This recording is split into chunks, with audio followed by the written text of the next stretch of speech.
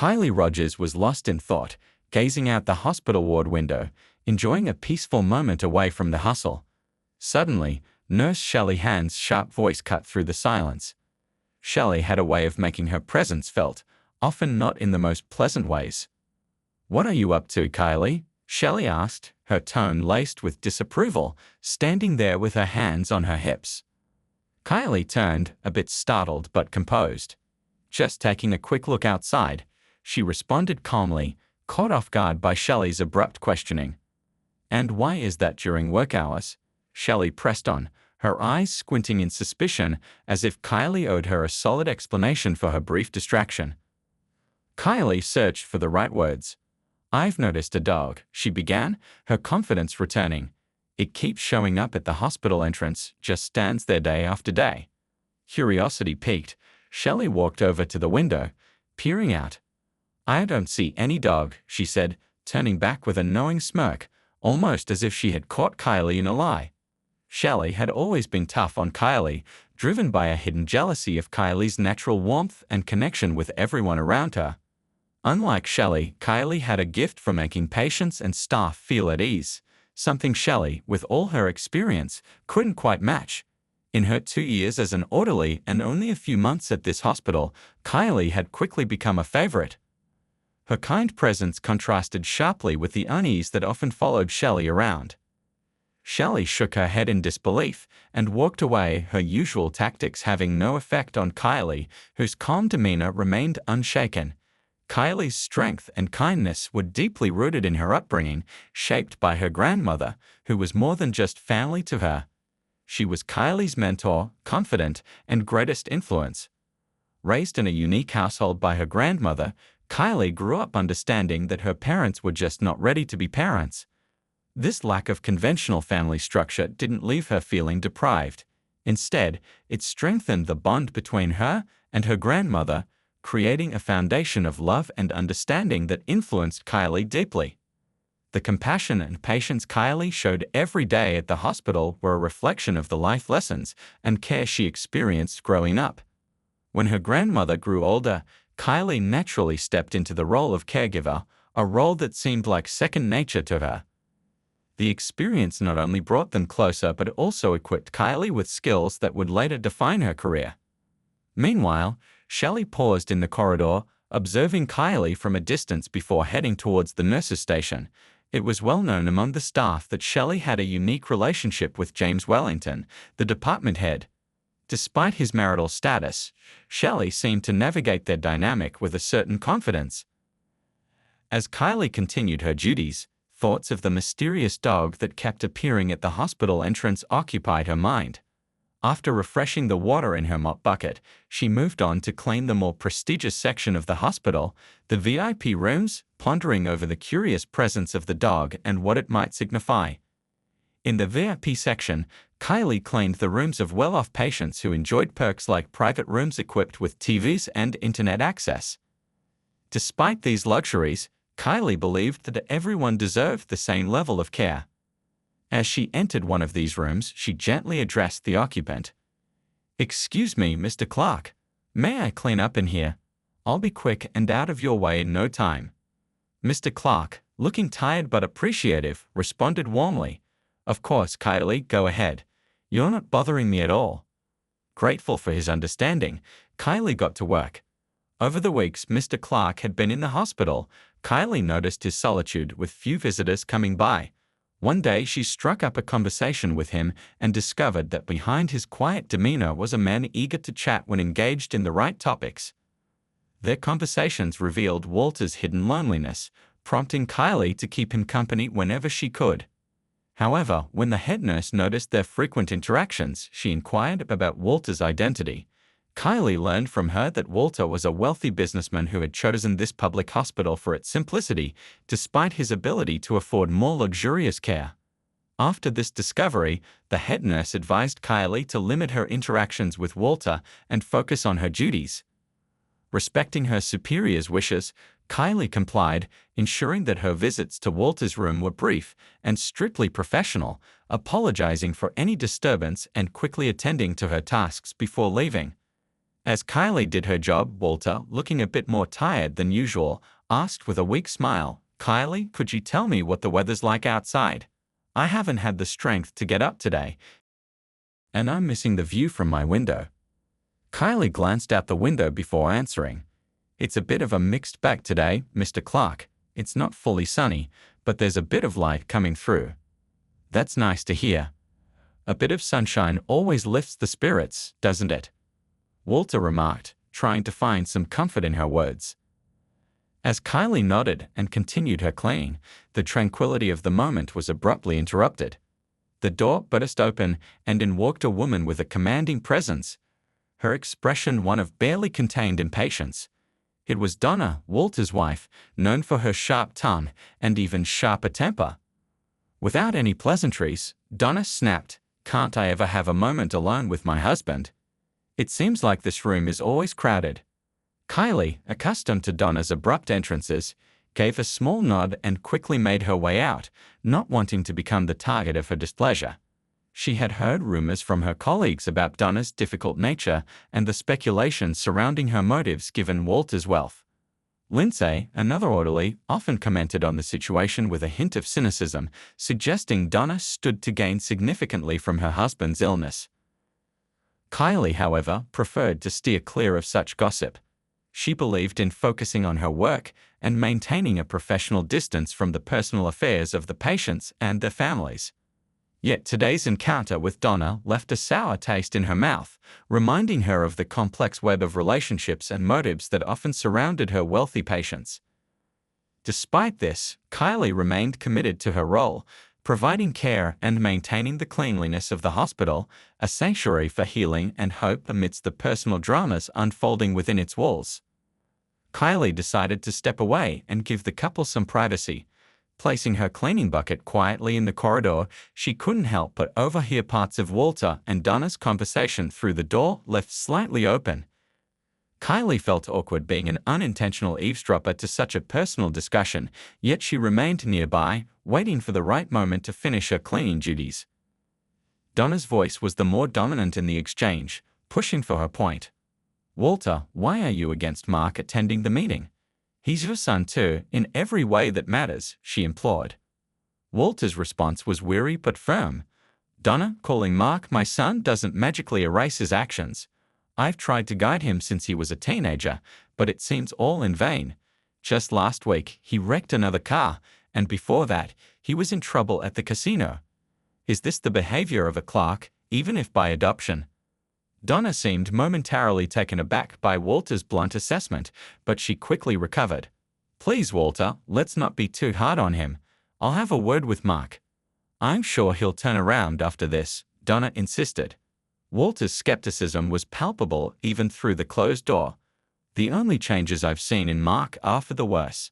Nowadays, I dread every phone call, fearing it's either the police, the hospital, or another bill for damages he's caused," he said, his voice tinged with a mix of frustration and fatigue. Despite Walter's clear stance, Donna wasn't deterred. She continued to advocate for her son, trying to soften her husband's perspective on Mark's troubling behavior. Meanwhile, Kylie sought a brief respite and struck up a conversation with Robert, the janitor, outside. "Morning, Robert. Have you noticed a large, light-colored dog hanging around here lately?" Robert looked at Kylie curiously before responding. "Morning, Kylie. What's got you interested in a dog all of a sudden?" Kylie's eyes brightened, relieved to note her observations were validated. "So he is real. I thought I was imagining things," she exclaimed. Robert chuckled. "You've got quite the imagination, Kylie. Yes, there's a dog. Named him Mickey. His owner is a bit of a loner, reminded me of Mickey. They say dogs bring comfort to the lonely." Kylie's curiosity grew. "What happened to Mickey's owner? Is he okay?" The janitor's expression turned somber. "It's a sad story. The old man's in ICU. He was hit by a car right after he left the store one evening. They say Mickey knew something was wrong, broke out to find him, and lay beside him until help arrived. Now, Mickey waits outside, looking up at the hospital windows. I've been letting him stay in my shed. It's the least I can do." Kylie's heart went out to the dog and his owner, and she admired Robert's kindness. "That's really compassionate of you, Robert," she said, her voice filled with genuine respect. Later, drawn by curiosity, Kylie approached the shed. She barely caught a glimpse of a shiny black nose through a small opening. "Hello there, Mickey. You're quite the handsome fellow, aren't you? And those eyes, they're so expressive. Almost human," she cooed softly. At the sound of her voice, Mickey cautiously stepped out, nudging Kylie's hand with his nose in a gentle greeting. "You're a good boy, Mickey, so loyal to your owner." "Don't worry, our doctors are some of the best. Your owner will be up and about in no time," Kylie reassured him, her voice soothing and full of hope. As Kylie finished petting Mickey, she noticed Donna striding confidently out of the clinic. Donna's luxury car stood out in the parking lot, a stark reminder of the financial gulf between them. "Time to get back to work," Kylie thought to herself, giving a friendly wave to Robert. "Take care, Robert, and don't worry, Mickey. I'll drop by later. I've got some of my grandma's pies for lunch, and I'll make sure you get a taste," she promised, her words bringing a wag to Mickey's tail. Kylie headed back inside, and upon re-entering Walter's room, she was greeted by his appreciative smile. "Kylie, glad you're back. Sorry about earlier. Didn't mean to throw you off with our little family drama," Walter apologized. "It's quite all right, Mr. Clark. Family discussions are important. I completely understand," Kylie reassured him, picking up where she left off with her cleaning. Walter watched her for a moment, a contemplative look crossing his face. Kylie could feel his eyes on her, which made her focus all the more on her tasks. Walter seemed to be wrestling with something internally, hesitating before finally deciding to speak up, breaking the silence cautiously. "Kylie, when are you planning to take some time off? Got any vacation coming up?" Walter inquired. Kylie paused, a bit puzzled by the question. "I might take some time in December, so it's still a few months away. Why do you ask, Mr. Clark?" she responded, her curiosity piqued. Walter was suddenly overcome by a coughing fit, but once it passed, he looked at Kylie with a seriousness that took her by surprise. "I need a favor, Kylie. It's become clear to me that there aren't many people I can truly rely on," he admitted. Kylie was taken aback, unsure how she, a simple orderly, could be of assistance to someone like Walter. He sighed, then made an unexpected request. "I'd like you to pretend to be my daughter for a little while. It would be temporary, and of course, I'd make sure you're well compensated for your time," Walter proposed, his request leaving Kylie in a state of disbelief and confusion. Kylie's surprise was evident as she accidentally dropped her mop, the sound echoing through the room. "Pretend to be your daughter, Mr. Clark. Are you serious?" she asked, her voice a mix of confusion and disbelief. Walter's expression was earnest, his tone apologetic yet urgent. "I know this sounds unusual, Kylie, but it's not a joke. My new business partners place great value on family connections. They often involve family members in social events as a way to build trust before finalizing any deals." Kylie, still trying to wrap her head around the request, questioned further. "But why me? I don't see how I fit into your business dealings, Mr. Clark." Walter took a moment to explain, his demeanor indicating a preference for clarity over haste. "You see, Kylie, these partners are planning a special event for the adult children of everyone involved in the deal. It's meant to foster unity and loyalty among us. But here's my dilemma. I don't have anyone to represent me. My stepson is, frankly, unreliable. His behavior is unpredictable, and I can't risk him causing a scene. That's why I thought of creating a backstory about having a daughter from a previous marriage. You'd be perfect for the role, given you're not known in our business circles." Kylie couldn't help but respond with a touch of sarcasm. "Well, that's certainly a novel approach to business networking."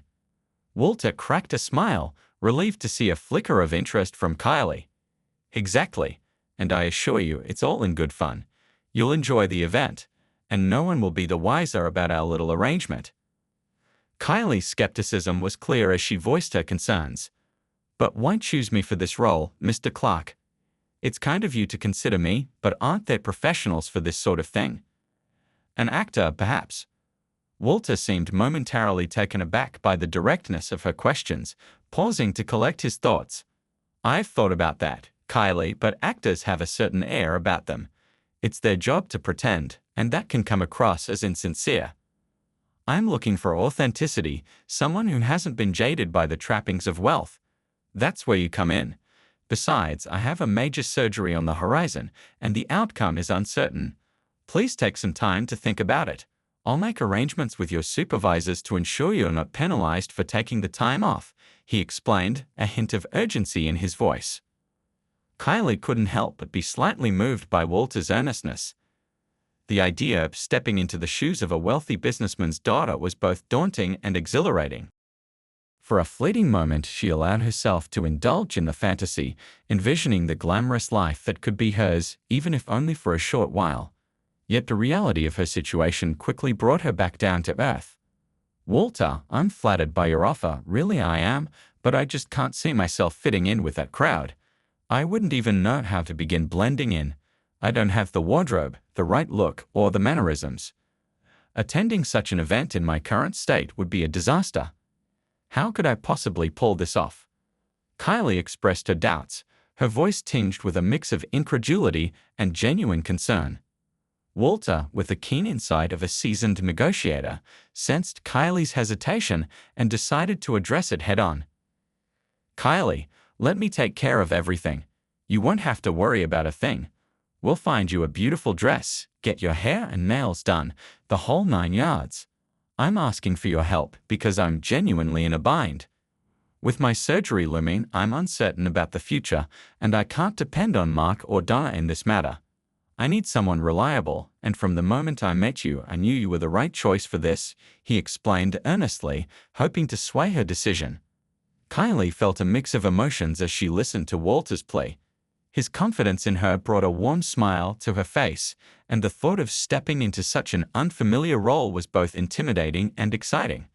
Mr. Clark, I'm touched by your trust in me, and the idea does sound like an adventure. But my main concern is my job here. We're already short-staffed, and with Lindsay's frequent absences, it's tough. Even if the head nurse agrees, I'm not sure the department head will approve my leave under the current circumstances, she shared, her enthusiasm tempered by the reality of her responsibilities at the hospital. Walter assured Kylie with a confident tone, "Leave your concerns about work to me, Kylie. I have some influence at this clinic, given my contributions over the years. I'll speak with the head nurse and the department head. And as for my own health, well, let's just hope for the best." Kylie, ever the optimist, quickly interjected, "Oh, Walter, don't talk like that. You're going to pull through. You've got so much more to do, I'm sure of it." Walter offered a wry smile in response. "I appreciate your positivity, Kylie, but reality is a bit more complicated. I just wish the hospital could offer the same level of care to everyone, not just those in VIP rooms. If I recover, I promise to work on making that happen." Their conversation was abruptly interrupted by the entrance of the head nurse, Mrs. Han. "Kylie, have you been camping out in here? The corridors aren't going to clean themselves. Do I need to remind you what Mr. Wellington will say if he finds even a speck of dust?" Walter, catching Mrs. Han's eye, interjected with a calm authority, "Please, Mrs. Han, let's keep our voices down. I actually have a favor to ask, something I'd like you to pass on to James." The head nurse's posture stiffened at the mention of the department head, but Walter continued, "I'm requesting that Kylie be given a week off. It's quite urgent, and I'm confident you can arrange this swiftly." Mrs. Han, taken aback, questioned, "A week off? But who will cover her duties?" Walter, unfazed, replied, "I trust that's something you can manage. Should there be any resistance from James, I'll take the matter up with the chief physician. I'm sure we'll find a solution one way or another." His tone left little room for argument, clearly indicating he was prepared to use his influence to ensure Kylie's leave was approved. Mrs. Han, visibly irritated yet silent in the face of Walter's influence, managed a curt nod before leaving the room, the door closing with a loud slam. Alone, she couldn't help but stew in her frustration, puzzled and annoyed by Walter's apparent favoritism towards Kylie, a newcomer she had never warmed to. Is Walter losing his senses over that girl? If he weren't so ill, I'd suspect more than just generosity at play here, Mrs. Han mused, her mind racing with suspicion. I better inform Donna about this development. She needs to keep a closer watch on her husband before he complicates things further. With that, Mrs. Han headed straight to James Wellington, the department head, to relay Walter's request. James, well aware of Walter's significant contributions to the clinic, saw no benefit in opposing the request and risk antagonizing a valuable benefactor. Mrs. Han, inform Walter that I'll ensure everything is arranged to his satisfaction, James stated matter-of-factly, his demeanor indicating a desire to conclude the matter swiftly. The exchange between Mrs. Han and James was cold, devoid of any personal connection, a stark reminder of their strained relationship. Mrs. Han left the office with a heavy heart, feeling undervalued and dismissed. A far cry from the closeness she once shared with James. As she stepped into the corridor, Mrs. Han quickly composed herself and reached for her phone, dialing Donna's number with a sense of urgency. It was time to alert Walter's wife to the unfolding situation, hoping to preempt any further surprises from her husband's unexpected actions.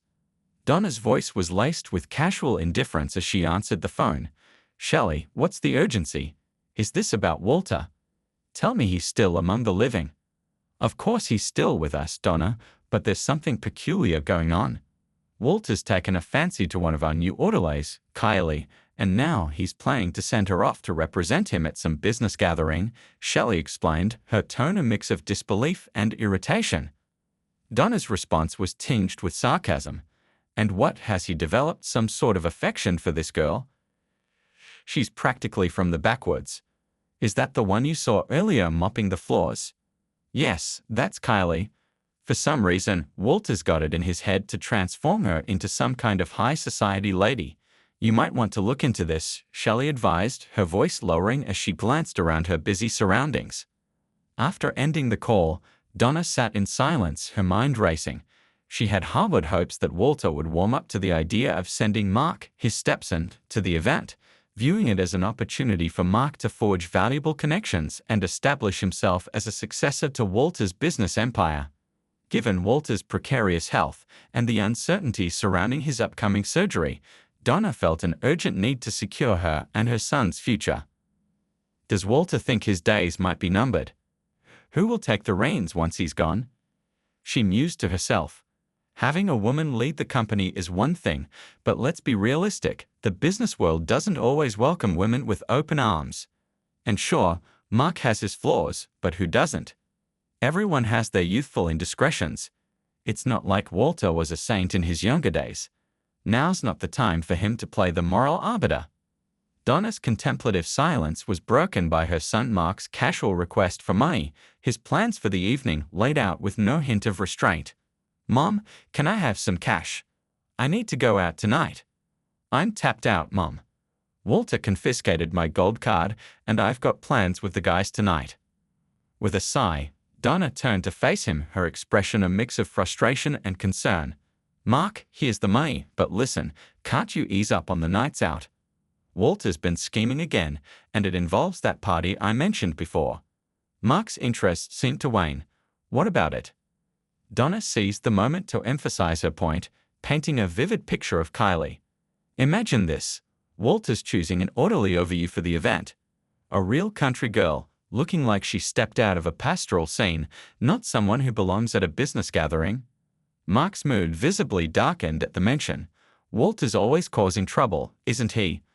But he won't be around forever. Maybe it's time we made sure his affairs are in order, especially the will. You know how these businessmen get, wanting to donate everything to charity as they near the end." Donna tried to brush off her son's cynicism. "Walter's not foolish, Mark. He wouldn't just give everything away." Yet Mark's retort hit home. "Oh, come on, Mom. Don't act like you haven't noticed how much he spends on those shelters and animal rescue places." The reality of Mark's words weighed heavily on Donna. Without hesitation, she rummaged through her purse, pulling out a well-worn notebook to find Tim Iverson's number. After a brief conversation outlining the urgency of the situation, she requested the lawyer's assistance in drafting a will, hoping to secure a meeting at her residence at the earliest opportunity. The lawyer, Mr. Iverson, seemed taken aback by Donna's urgency regarding Walter's will, questioning the necessity of the situation. Donna, with a sense of gravity in her voice, painted a grim picture of Walter's health prospects and the looming surgery, its success far from guaranteed. Mr. Iverson, though surprised by the turn of events, agreed to make arrangements for an expedited visit, his thoughts lingering on Walter's unexpected fragility. Meanwhile, Kylie braced herself for a reprimand from the department head, assuming that Walter's unusual request had stirred trouble.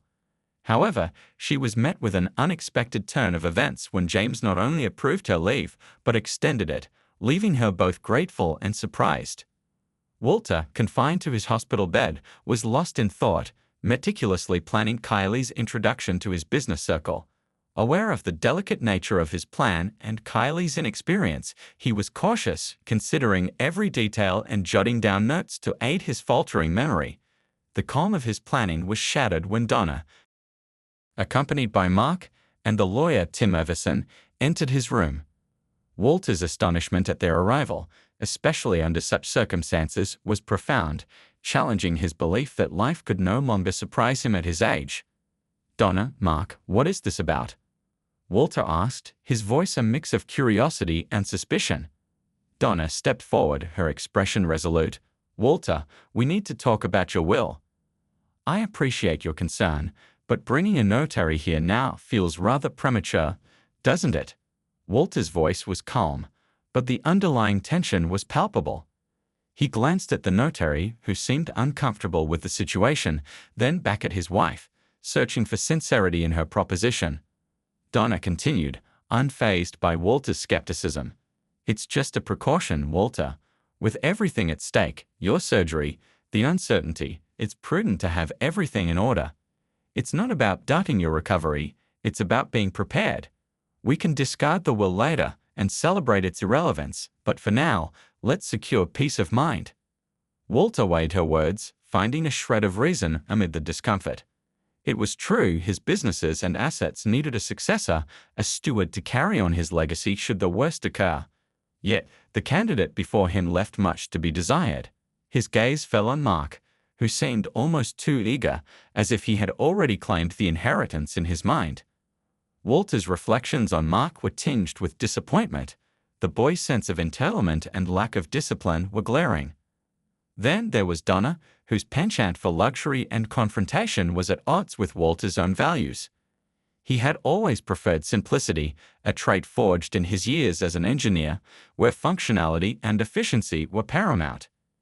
His choice in attire, his disdain for flashy displays of wealth, all were testaments to a life lived valuing substance over style.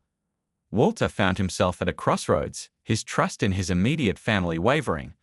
The prospect of drafting a will under these circumstances was daunting, not just for the legal implications but for the personal revelations it unearthed about the people closest to him. Despite the turmoil swirling in his mind, Walter ultimately decided to leave his estate to Donna. He understood the inevitable, that she would, in turn, provide for Mark, despite his reservations about his stepson's capabilities and intentions. "All right, Walter. If you're ready, please sign here," Tim Iverson directed, pointing to the necessary lines on the document, his voice steady despite the visible tension on his brow. Tim had known Walter for years, witnessing his vigor and determination. Seeing him now, diminished by illness, was disconcerting. As Walter's pen moved across the paper, sealing his decision, he felt a profound sense of finality. He knew that this act could potentially hand over his life's work to someone whose values starkly contrasted with his own. The thought of his distant relatives inheriting his wealth crossed his mind, but the idea seemed hollow, disconnected from any meaningful legacy. Donna's reaction was telling. Her smile, unwavering throughout the process, seemed to Walter not just a display of support, but a harrowing indication of her anticipation. In that moment, Walter saw her in a new light, her joy appearing almost predatory against the backdrop of his vulnerability.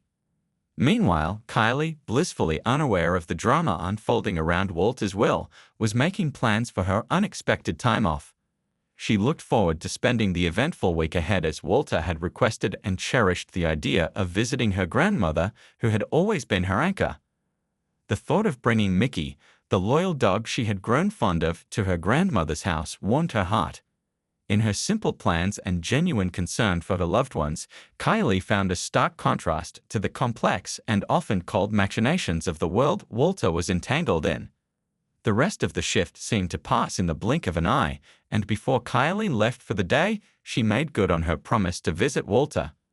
Despite the effects of his medication, Walter was alert and eager to hear about the outcome. "So, Kylie, did everything fall into place?" Walter asked. "Yes, Walter, it did. Everything went smoothly. Can you believe it? I managed to secure a whole month off," Kylie replied with excitement. Walter nodded approvingly. "I knew you could do it. Here, take this," he said, handing her a notebook. "I've outlined your cover story for the event," Walter said, handing Kylie a notebook. "It's everything you'll need to say while you're there, and I've included the contact information of someone who can assist you with getting settled and buying suitable clothes." Kylie's gratitude overflowed. "Thank you so much, Walter. Without your help, I wouldn't even dare to dream of such an opportunity," she expressed sincerely. Walter smiled warmly. He found himself enjoying Kylie's company more with each interaction. If circumstances were different, he might have pursued her. Her kindness and inner strength were evident, casting a light that warmed his heart. With a sense of contentment washing over him, Walter felt the urge to rest. As Kylie stepped out of the clinic, Robert, the elderly janitor, approached her with a somber expression. "Kylie, there's something I need to tell you," he began, his voice heavy with emotion. "The owner of Mickey passed away today." Poor thing, Mickey sensed it somehow. He started trembling and then howled mournfully for a while. "I've kept him in the storage room to avoid trouble with the chief physician, but it's no place for him. He'll waste away from grief in there. Do you think you could take him, just for a while? At least you have a house. Mickey's a smart dog, he won't be a bother. He's trained to relieve himself where you show him," Robert pleaded, his concern evident in his eyes. Kylie gazed sadly at the dog sitting at Robert's feet, his head hanging low. "What if he doesn't want to come with me?" "I can't force him. I'm sorry, Robert, but I think Mickey might not agree to go with me," she responded with a hint of concern. "He will, don't you worry. He likes you, I could tell right away. Just be gentle with him, scratch behind his ears often. Animals, just like people, need support and understanding," Robert reassured her with confidence. Kylie smiled and gently beckoned Mickey with her finger. "Come on, boy, come to me." The dog hesitated for a moment before slowly rising to his feet and cautiously approaching her, sniffing her hands. Kylie exclaimed in surprise, "Oh, how could I forget? I promised you Grandma's pies. Here, I got you one with cabbage and potato. If you like it, I have another one we can share together." Mickey sniffed the treat but didn't eat it. He was probably still grieving, but it seemed like he listened to Kylie. "So be it, Kylie. Please take him," Robert said, nodding in approval. After a brief moment of consideration, Kylie gently patted Mickey on the back of his neck and led him toward the hospital yard's exit. The dog obediently followed beside her, as if he had known Kylie for months or even years. Seeing her granddaughter on the doorstep with a large dog, Loretta recoiled in fear. "Oh my dear, who have you brought?" "Don't be scared, Grandma. This is Mickey, an amazing dog. His owner was hit by a car a few days ago, and today, well, he passed away." The dog started howling outside the clinic windows, Kylie explained, trying to reassure her grandmother. "I had to take him. What a loyal dog. I thought such things only happened in movies," Kylie said, her voice tinged with amazement. Monica, Kylie's grandmother, gave her a warm smile. "Well, if that's the case, let him stay. We'll manage somehow.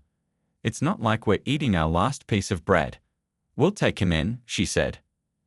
As Robert had predicted, Mickey settled quietly into Kylie's home, finding a comfortable spot near the door.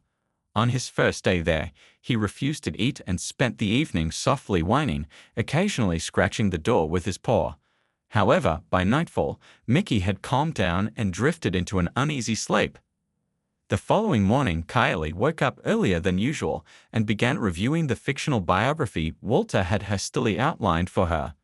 Essentially, the cover story was straightforward. From a young age, Kylie had lived in a rural town with her mother and grandmother. After completing school, she embarked on a quest to find her long-lost father and inform him of her existence. Walter's narrative seemed logical and almost foolproof. In today's world, unexpected heirs from previous relationships were hardly uncommon. After pondering for a while, Kylie dialed the number provided by Walter and soon found herself chatting with a woman named Darcy. As it turned out, Darcy had been working as a secretary at Walter's company for many years.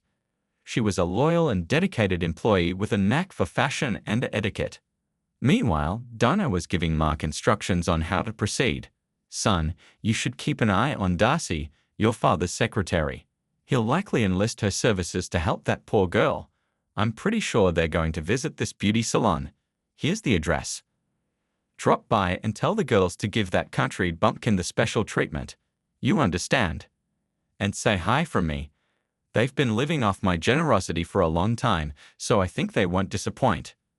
They'll give her such a hairstyle that she'll be avoided from a mile away," Donna instructed her son before sending him off. Mark's eyes gleamed with malice. He relished his mother's idea, especially after learning about his stepfather's plans. "You just wait, Walter. You're going to regret this." "Ah, how you'll regret it," Mark muttered quietly to himself. Mark had always harbored a deep resentment toward his stepfather, regarding him as nothing more than a lowly engineer and blaming him for all his troubles. As if it were Walter who had recklessly gotten behind the wheel or slapped an innocent bystander.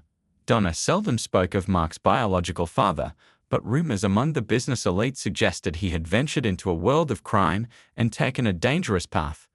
However, there was more to the story that neither Walter nor his stepson were aware of. Behind the scenes, Donna had been secretly meeting with her ex-husband, viewing him as the epitome of masculinity and an alpha male. Living a normal married life with Jack was out of the question. With him, Donna's entire existence would be consumed by assembling prison packages and paying off gambling debts. Walter, on the other hand, was intelligent, cultured, and wealthy. Although Donna felt no genuine affection for him, she recognized that love alone wouldn't put food on the table. And for that, she had Jack, time-tested and as fierce as a lone wolf. Donna fantasized about seeing Jack take Walter's place alongside Mark. It would be the perfect alliance of experience and power, wisdom and youthful vigor, a match made in heaven. Jack would swiftly eliminate any competition. Lately, Donna and Jack had been meeting more frequently, as if sensing the inevitable resolution brought about by Walter's potential demise. "What a robust, healthy, tough guy, still kicking, huh?" Jack would inquire about Walter at each clandestine meeting with Donna. Donna would simply shake her head in response. "Yes, he's still kicking. You'll be the first to know if anything changes. Once Walter is out of the picture, the whole city will be buzzing like a disturbed beehive. Just a little longer. This surgery will be his last," Donna assured her ex-husband. Jack snorted with contempt. If it were up to him, he would have sent Walter to the afterlife long ago. He had tried every trick in the book, from tampering with Walter's car wheels to meddling with the brakes, but to no avail. He even attempted to set fire to Walter's country house while he slept, but firefighters arrived too quickly to prevent significant damage. No matter how hard Jack tried, Walter carried on as if oblivious to the attempts on his life. In desperation, Jack turned to a fortune teller. Strange rumors circulated about her, claiming she possessed extraordinary powers. So Jack took the desperate step of consulting her. Despite being a hardened criminal, he felt a sense of unease in the fortune teller's dwelling. Annalise, a woman in her 50s, had all the typical attributes of her trade: brooches, crystal spheres, and various mystical trinkets. After hearing Jack's intentions, Annalise requested a photograph of the intended target. Jack readily handed her a picture of Walter. As she examined the photo, Annalise's expression grew serious, her fingers clenching so tightly that they inadvertently crumpled the edges of the picture. "Are you all right? Are you having some kind of fit?" Jack asked, his concern evident. But Annalise simply shook her head, explaining that she needed time. "Will it work for sure?" Jack inquired, his desperation clear. "I'm not paying in advance, so don't get your hopes up," Jack grumbled, his skepticism clear. The fortune teller nodded in agreement, but as soon as he rushed out of the house, Jack was drenched in cold sweat. Of course, he had deceived the fortune teller and had no intention of paying her for her services. What was she thinking, that I was going to pay for that? Jack thought, laughing to himself. He was pleased that Walter was now going to kick the bucket after the ritual. As the unfortunate lovers, Donna and Jack, awaited the businessman's demise, Kylie meticulously followed Walter's instructions, preparing for the event with Darcy's invaluable assistance. Watching Kylie try on one dress after another, Darcy couldn't help but smile warmly. The young orderly seemed ready to sweep the entire store, and any moderately decent outfit looked stunning on her slender figure. "Ah, only a pumpkin carriage and a coachman are missing," Kylie mused, admiring her reflection in the mirror. "Don't worry, your carriage and coachman will come," Darcy reassured her. All was well until Kylie arrived at the beauty salon for her appointment. That's when the trouble began. First, her nails were painted a dreadful swamp color. She was about to protest, but the beautician assured her that it was the latest fashion. Swallowing her pride, Kylie sat in the hairdresser's chair, only to face her biggest disappointment. She had wanted just a slight curl at the ends of her hair, reminiscent of her childhood, but was persuaded to dye it instead, leading to a shocking result. The beautician cunningly swapped the dye, leaving Kylie horrified by the color of her hair. "Oh my God, what have you done? I look like an alien. How am I supposed to go to the event now?" Kylie exclaimed, barely holding back tears. Unfortunately, Darcy was not there to support her, as she had rushed to the clinic where Walter was being prepared for surgery. "Let's see what we can do about that color, shall we? It seems there was a mix-up on our part, and for that, we truly apologize. You know, we're all human here. Mistakes can happen," the manager offered, her tone lacking warmth, despite having been briefed just hours earlier on how to handle such situations. "I'm pressed for time. There's no way I can have it redone now. I've got a meeting in 30 minutes, Kylie rushed out, her frustration palpable as she hastily exited the unwelcoming salon. Stepping outside, the bizarre hue of her hair seemed even more pronounced under the daylight, drawing bewildered glances and murmurs from passers-by. Resigned to her fate, Kylie quickly dialed for a cab, knowing every minute counted. In a different part of town, Mark was barely containing his glee as he recounted the incident to his mother over the phone. "You should have seen it, Mom. It was priceless." "Ah, that's my boy," Donna praised, her voice laced with mischief. "A big shout out to our little helpers at the salon too. Remind me to send them a token of our appreciation. But remember, the game's not over yet. We need to keep piling on the pressure, just like Walter planned." Their scheming was momentarily overshadowed by a call Donna received from James Wellington, bearing news that Walter was soon to undergo surgery. The implications were clear. The inheritance they'd been eyeing was nearly within their grasp. Meanwhile, Jack, learning of the latest developments from his ex-wife, couldn't help but feel a surge of anticipation. The prospect of no longer sneaking around to meet Donna was tantalizing. Kylie's ride to the imposing estate took longer than anticipated, but as the taxi wound its way closer, the sheer beauty of the location struck her. The sprawling property nestled by the river and flanked by lush woods was breathtaking. "Isn't it something?" she murmured, her earlier vexations momentarily forgotten as she took in the scenic view. "You've got that right," the taxi driver agreed, eager to join in the conversation. "Heard it's quite the haven for the elite, what with its dual swimming pools, tennis courts, and not to mention a bar and dance floor. Quite the setup, eh?" Kylie couldn't help but nod, her mood lifted slightly by the grandeur of her destination. As the taxi came to a halt at the grand entrance, the driver turned to Kylie with a reassuring smile. "Here we are, miss. Should you need a lift later on, just give me a ring. I'll make sure to get back here as fast as I can." Kylie offered a polite nod, her mind elsewhere as she handed over the fare. She stepped out, her attention immediately captured by the vast gates swinging open to reveal the sprawling estate within, a veritable playground for the affluent. No sooner had she entered than she encountered a group of young guests, their eyes quickly drawn to her distinctive hair. Instead of the anticipated mockery, their reactions took her by surprise. "Incredible style. That's a bold move, breaking away from the norm like that. We love it." The warmth in their voices eased Kylie's initial apprehension, her cheeks warming with a mix of embarrassment and unexpected pride. The group's genuine admiration for her daring choice was a welcome contradiction to her fears. "Thanks," Kylie responded, her voice laced with newfound confidence as she allowed herself to be swept into the lively atmosphere. Surrounded by peers who seemed to see past the trappings of wealth, she felt an unexpected sense of belonging. The evening unfolded with joyous abandon, dancing, mingling, and partaking in the riverside revelries. Yet amidst the festivities, an unforeseen disruption loomed. Mark, fueled by a mix of alcohol and a misguided sense of purpose, made his way to the estate with intentions that promised to shatter the night's harmony. His entrance was nothing short of dramatic.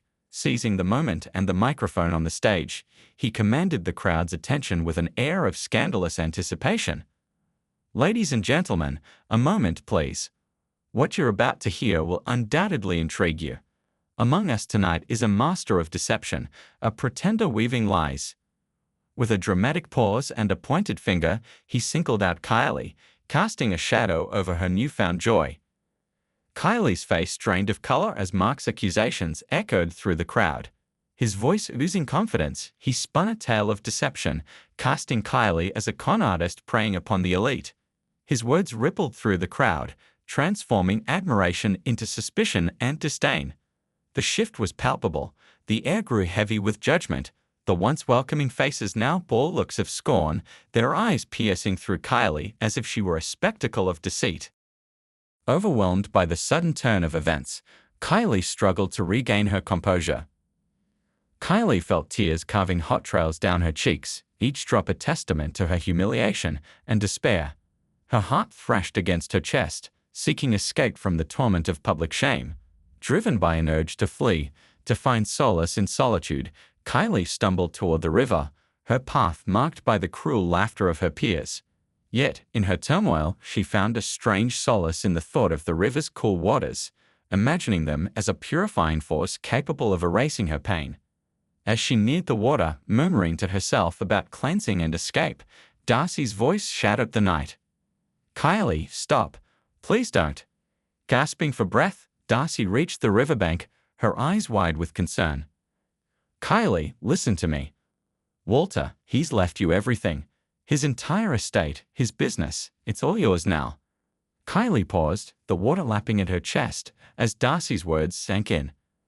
Confusion clouded her mind. Walter's will, his business, why? How does that change anything now? Darcy's grip tightened, her resolve clear. "We need to get out of here, Kylie. There's so much you don't understand yet, but I promise we'll figure it out together." In that moment, amid the chaos and the cold embrace of the river, Kylie faced a choice. A chance to retreat from the brink and confront the bewildering turn her life had taken. Darcy's words tumbled out in a rush, a mix of urgency and revelation. Donna and her accomplice, they planned to end Walter's life. Even if he had survived the surgery, they wouldn't have stopped, all for a cursed inheritance. Kylie struggled to process Darcy's sudden outpouring. The scornful laughter from the party still echoed in her mind, a cruel reminder of her swift fall from grace. Her heart pounded, the pieces of the puzzle slowly beginning to fit together as Darcy continued to unravel the story. Particularly after news of Walter's successful surgery reached them, the narrative took an unexpected turn with the introduction of Annalise, the fortune teller. The connection between her and Walter traced back to an unlikely encounter on a talk show a decade prior. The show had pitted rationalists, scientists, and engineers against believers in the supernatural, with Annalise among the latter. The debate had been intense. Tensions peaked during a fiery exchange between Annalise and one of the scientists, veering into personal attacks. It was Walter's intervention that left a lasting impression on Annalise. Rising in defense of respectful discourse, he refused to partake in a debate that demeaned its participants for their beliefs. Annalise couldn't recall the specifics of their argument, but Walter's demeanor throughout the show had struck a chord with her. Unlike others, he had shown her respect, not dismissing her beliefs outright, a rarity in her experience. Walter's stance of mutual respect amidst a heated debate had not only earned Annalise's admiration, but also sparked a friendship that endured beyond the show. though their paths diverged when Annalise left for abroad, leading to a loss of contact. Kylie felt tears carving hot trails down her cheeks, each drop a testament of her humiliation and despair. Her heart thrashed against her chest, seeking escape from the torment of public shame. Driven by an urge to flee, to find solace in solitude, Kylie stumbled toward the river, her path marked by the cruel laughter of her peers. Yet in her turmoil, she found a strange solace in the thought of the river's cool waters, imagining them as a purifying force capable of erasing her pain. As she neared the water, murmuring to herself about cleansing and escape, Darcy's voice shattered the night. "Kylie, stop. Please don't." Gasping for breath, Darcy reached the riverbank, her eyes wide with concern. "Kylie, listen to me. Walter, he's left you everything, his entire estate, his business. It's all yours now." Kylie paused, the water lapping at her chest as Darcy's words sank in. Confusion clouded her mind. Walter's will, his business. Why? How does that change anything now? Darcy's grip tightened, her resolve clear. "We need to get out of here, Kylie. There's so much you don't understand yet, but I promise we'll figure it out together." In that moment, amid the chaos and the cold embrace of the river, Kylie faced a choice, a chance to retreat from the brink and confront the bewildering turn her life had taken. Darcy's words tumbled out in a rush, a mix of urgency and revelation. Donna and her accomplice, they planned to end Walter's life. Even if he had survived the surgery, they wouldn't have stopped, all for a cursed inheritance. Kylie struggled to process Darcy's sudden outpouring. The scornful laughter from the party still echoed in her mind, a cruel reminder of her swift fall from grace. Her heart pounded, the pieces of the puzzle slowly beginning to fit together as Darcy continued to unravel the story. Particularly after news of Walter's successful surgery reached them, the narrative took an unexpected turn with the introduction of Annalise, the fortune teller. The connection between her and Walter traced back to an unlikely encounter on a talk show a decade prior. The show had pitted rationalists, scientists, and engineers against believers in the supernatural, with Annalise among the latter. The debate had been intense. Tensions peaked during a fiery exchange between Annalise and one of the scientists, veering into personal attacks. It was Walter's intervention that left a lasting impression on Annalise.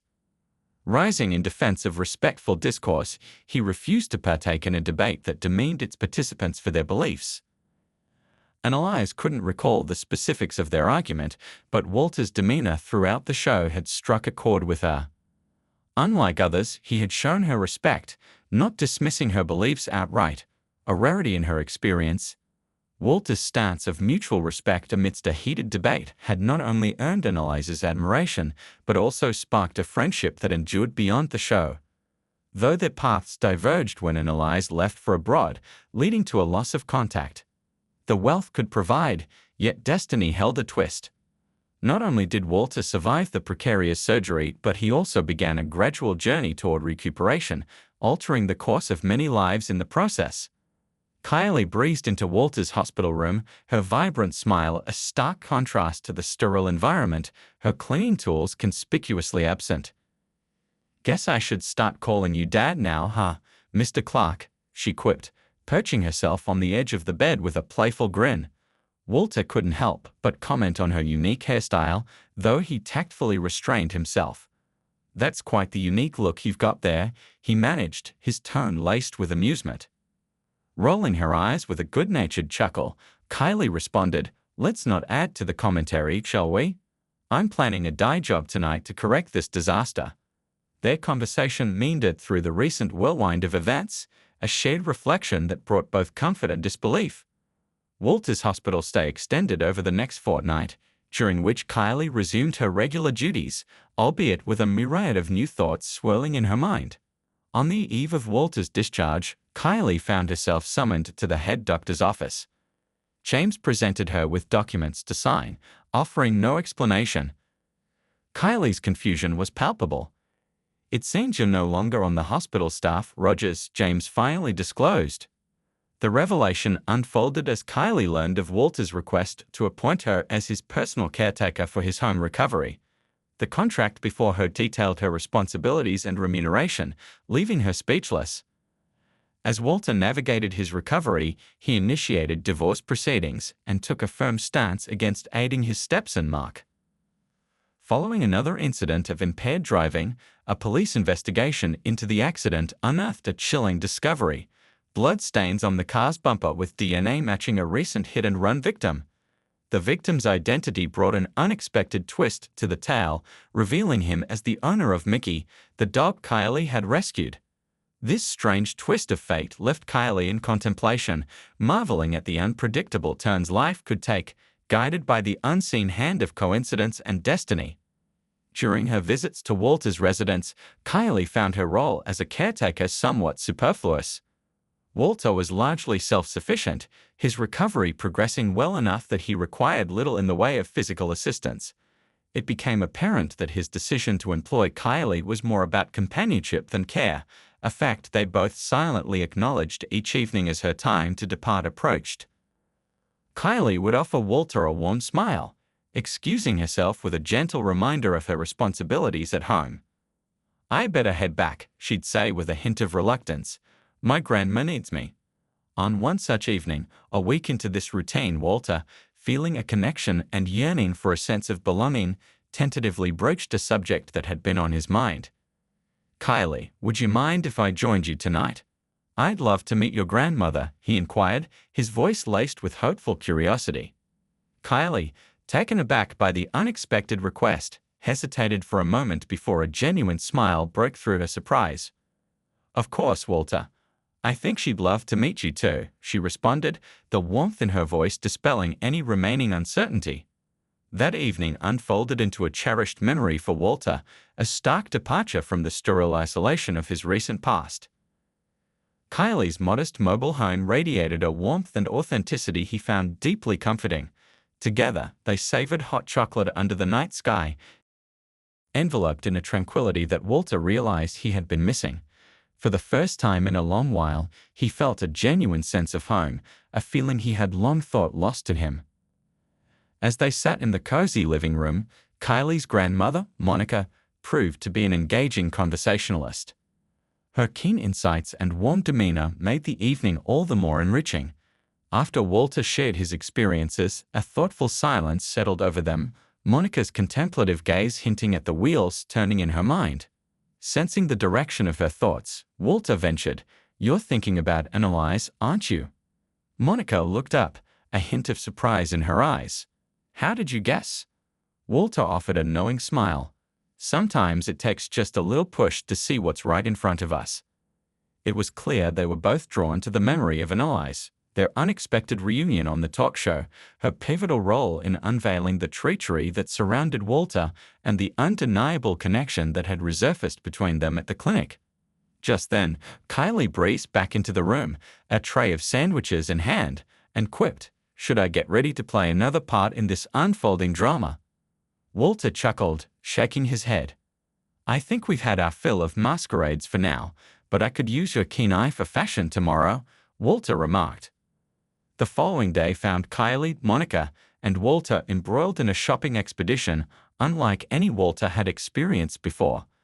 The store became their playground, with Kylie and Monica enthusiastically urging Walter to try on an array of outfits, many far removed from his usual choices. Though initially out of his element, Walter found himself enjoying the process, buoyed by the laughter and light-hearted banter. In the end, as he looked at his reflection transformed and refreshed, he couldn't help but feel that the time spent in the company of these remarkable women was entirely worth it. Walter's invitation to Annalise for dinner was framed as a belated gesture of gratitude, but the underlying sentiment was far deeper. The evening unfolded with a gentle sweetness, enveloped in the soft glow of candlelight and shared reminiscences of past encounters.